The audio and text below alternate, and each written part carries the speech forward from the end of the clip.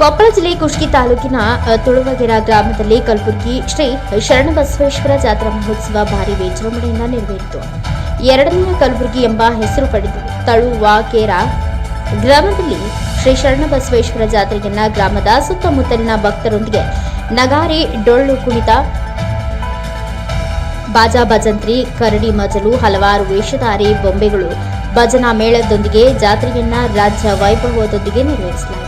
ಈ ಜಾತ್ರೆಯ ಅಂಗವಾಗಿ ಗ್ರಾಮದಲ್ಲಿ 1 ತಿಂಗಳ ಕಾಲ ಪ್ರವಚನ ಹಾಗೂ ಬೆಳದಿಂಗಳ ಬುತ್ತಿ ಜಾತ್ರೆ ಹೀಗೆ ಹಲವಾರು ಕಾರ್ಯಕ್ರಮ ಮಾಡುತ್ತಾ ಇಂದು ಗ್ರಾಮದ ಎಲ್ಲ ಯುವಕರು, ಯುವತಿ ಮಂಡಳದವರು ಗ್ರಾಮದ ಸಕಲ ಸದಸ್ಯರೊಂದಿಗೆ ಜಾತ್ರೆಯನ್ನ ನೆರವೇರಿಸಿದರು.